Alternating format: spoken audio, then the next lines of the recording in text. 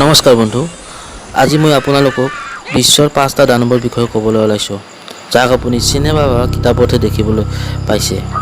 কিন্তু কিছুমান মানুহে ইয়াক ৰিয়েলত দেখা পোৱা বুলি কয়, যাৰ কাৰণে এই দানৱ আজিও পৃথিৱীত থকা বুলি আমি বিশ্বাস কৰিব লগা হৈছে। বেন্সী। আইৰিছ লোকৰ কথা মতে বেন্সী এটা পৰী, যাৰ চিঞৰে কোনোবা ঘৰত মৃত্যুৰ আগজাননী দিয়ে। মানুহবিলাকৰ মতে বেন্সী এটা ছোৱালীৰ আত্মা, যাৰ মৃত্যু অতি ভয়ানক আছিল। যদি বেন্সীৰ চকুক কোনোবা মানুহ পৰে, তেতিয়াহ'লে সেই মানুহজনৰ লগে লগে মৃত্যু হয়।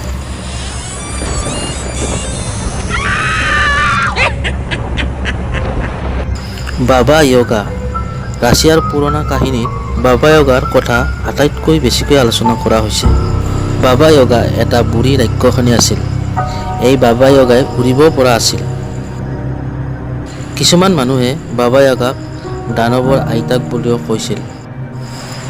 বাবা য়োগাই হাবিত এটা বাঁহৰ ঘৰত আছিল, কিন্তু সেই ঘৰটো সাধাৰণ ঘৰ নাছিল, কাৰণ সেই ঘৰটোৰ তলত ডাঙৰ মুৰ্গীৰ ভৰি লাগি আছিল, যাতে য'তে যাব খোজে তাতে যাব পাৰে।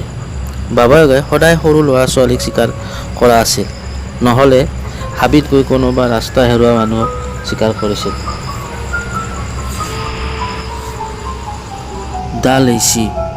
পুৰণি কিতাপৰ কথা যদি বিশ্বাস কৰে, লেইচি হাবিত বাস কৰা এটা বেয়া আত্মা, যাক দেখিবলৈ এটা বুঢ়া মানুহৰ নিচিনা, আৰু হাবিৰ মাজেৰে অহা যোৱা কৰা মানুহক ই আক্ৰমণ কৰে। মানুহৰ মতে লেইচিৰ শৰীৰটো বহুত ডাঙৰ, আৰু ইয়াৰ দীঘল দীঘল দাঢ়িও থাকে। লেইচিয়ে যিকোনো জন্তু বা গছৰ ৰূপ ধৰিব পাৰে। চেটিয়াৰ। এই প্ৰাচীন দানৱটোৰ শৰীৰ আধা ছাগলী আৰু আধা মানুহৰ নিচিনা। ইয়াৰ মাথাত শিং আছিল, আৰু ই বহুত দূৰ জাগা অতি কম সময়তে অতিক্ৰম কৰিব পাৰিছিল। চেটিয়াৰৰ বহুত ধৰণৰ শক্তি আছিল, সেইকাৰণে ই অমৰ আছিল।